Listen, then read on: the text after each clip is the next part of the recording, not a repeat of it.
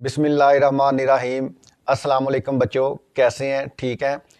अच्छा, नाइन्थ के बोर्ड के जो एग्ज़ाम हैं ये बिल्कुल करीब आते जा रहे हैं। सारा साल जो बच्चे साथ साथ काम करते रहे हैं, डेली बेसिस पे अपनी डायरी कंप्लीट करते रहे हैं, होमवर्क अपना कंप्लीट करते रहे हैं, क्लास टेस्ट देते रहे हैं, उनको तो इतनी ज़्यादा परेशानी नहीं है।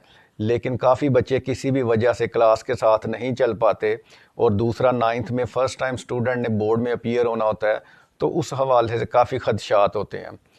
तो आज क्योंकि अभी तकरीबन 1.5 माह का वक्त है बोर्ड के आपके पेपर्स में, तो अभी भी जो बच्चे काफ़ी पीछे रह गए हुए हैं या अपना सिलेबस कंप्लीट नहीं कर पाए या उनको पास होने का इशू है, तो उन्हें परेशान होने की बिल्कुल ज़रूरत नहीं है। यहाँ पे हम 2-3 चीज़ों का जिक्र करेंगे।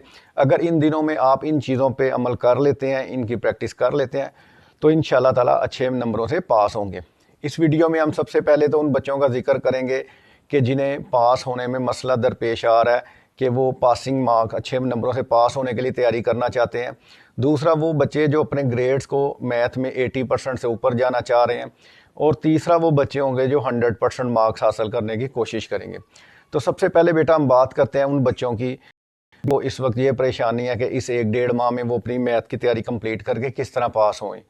तो सबसे पहली जो चीज़ है बच्चों, आपने क्या करना है कि आपने सबसे पहला काम ये करना है कि आपकी बुक हर चैप्टर के लास्ट पे रिव्यू एक्सरसाइजेज में MCQs हैं, तो वो याद करने हैं। अगर आप डेली 2 चैप्टर्स के भी याद कर लेते हो, 15 मिनट 10-15 मिनट इसको दे देते हैं, तो कोई मसला नहीं है। इनके आंसर बुक के लास्ट पे मौजूद हैं आंसर्स में, वहाँ से देखकर आप MCQs के आंसर को टिक करें और याद करें। डेली 2 चैप्टर 3 चैप्टर को आप ज़रूर इनके आंसर्स को लर्न करें। दूसरी जो चीज़ है इसमें वो बेटा आ जाएगी आपकी हैं डेफिनेशंस के पेजेस जो है ना वो 284 से लेकर 291 बुक के लास्ट पे मौजूद हैं। तो पेज नंबर जो है वो अगर 284 से 291 ये 7-8 पेज जो हैं, अगर आप ये अच्छी तरह याद कर लेते हैं तो यहाँ से भी आपके कम अज़ कम 16-18 नंबर जो है ना वो कवर हो जाएंगे। तीसरी जो चीज़ है वो कंपलसरी लॉन्ग क्वेश्चन आता है थ्योरम्स का। थ्योरम्स के लिए चैप्टर नंबर 12 है या चैप्टर नंबर 16 है, दोनों में से एक एक थ्योरम आता है। तो आपने कोई एक अटेम्प्ट करना होता है और ये 8 नंबर का कंपलसरी क्वेश्चन होता है। अब ये 3 चीज़ें करने में अगर आप अच्छे तरीके से करेंगे तो ये 2 से 3 हफ्तों में आपकी बड़ी बेहतरीन तैयारी हो जाएगी। लेकिन अगर आप डेली बेसिस पे डेली 1-2 थ्योरम लिखें, डेली 1-2 चैप्टर्स के MCQs करें, डेली 2-3 पेज अगर रिवाइज करते हैं डेफिनेशंस के, तो यहाँ पे देखें तो आपके 15 नंबर के MCQs आते हैं पेपर में।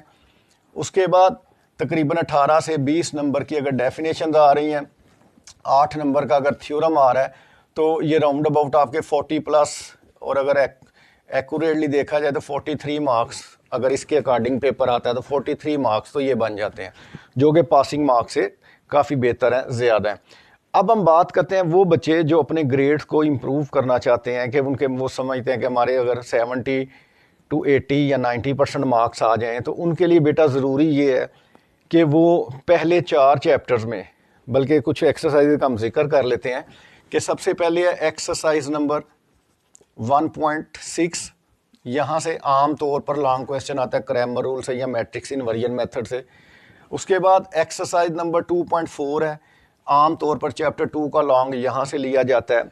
एक्सरसाइज नंबर 3.4 है, आम तौर पर चैप्टर 3 का लॉन्ग क्वेश्चन यहाँ से लिया जाता है। एक्सरसाइज नंबर 4.2 है या रिव्यू एक्सरसाइज 4 है, इन दोनों में से किसी एक से लॉन्ग क्वेश्चन लिया जाएगा। तो इस तरह ये 2 लॉन्ग क्वेश्चन आपके ये तैयार हो जाएंगे जो कि 16 नंबर के ये बच जाते हैं।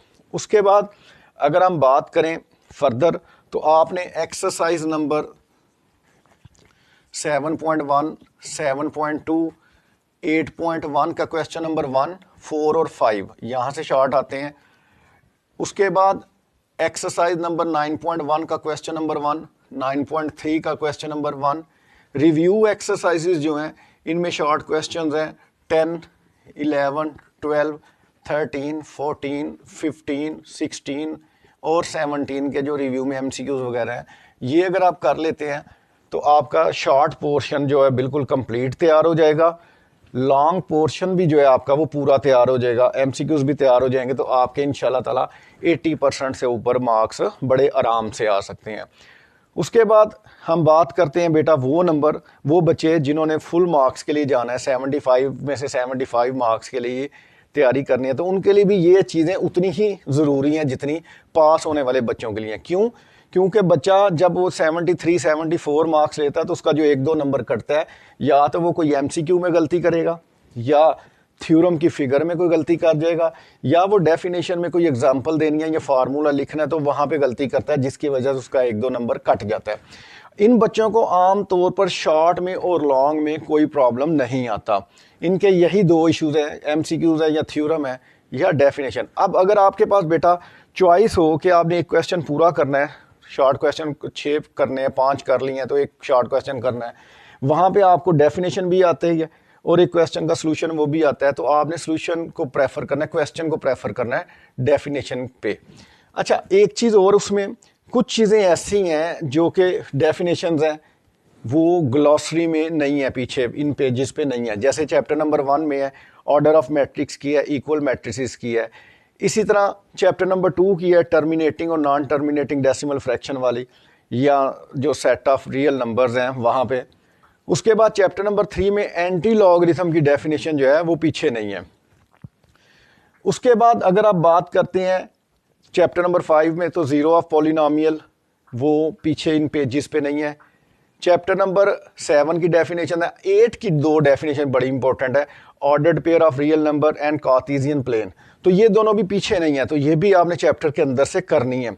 चैप्टर नंबर 9 जहाँ पे स्टार्ट होता है वहाँ पे प्लेन ज्योमेट्री कोऑर्डिनेट ज्योमेट्री की 2 लाइंस में डेफिनेशन है, वो ज़रूर आप करें। चैप्टर 10, 11, 12 में वो 2 डेफिनेशन है। तीसरा पोर्शन शॉर्ट का वो चैप्टर 12 से स्टार्ट होता है और वहाँ पे 2 डेफिनेशन है, right by sector of a line segment और एंगल बाई सेक्टर, तो ये 2 जो डेफिनेशन है ये आपने ज़रूर करनी है। उसके बाद आगे चैप्टर नंबर 14, 15, 16 में भी कुछ ऐसी डेफिनेशन हैं जो पीछे नहीं है। जैसे चैप्टर नंबर 15 में 2 बड़ी इंपॉर्टेंट डेफिनेशन है, पाइथागोरस थ्योरम और कन्वर्स। ये दोनों पीछे अगर ग्लॉसरी में तो सिर्फ फार्मूले लिखे हुए हैं, लेकिन आपने इनकी अगर डेफिनेशन अक्सर आती है बोर्ड में, तो आपने वो जो पाइथागोरस थ्योरम की स्टेटमेंट है वो लिखनी है और नीचे उसका जो formula C square is equal to A square plus B square वो देना है। तो थ्योरम की स्टेटमेंट यहाँ पे आपने दोनों की लिखनी है।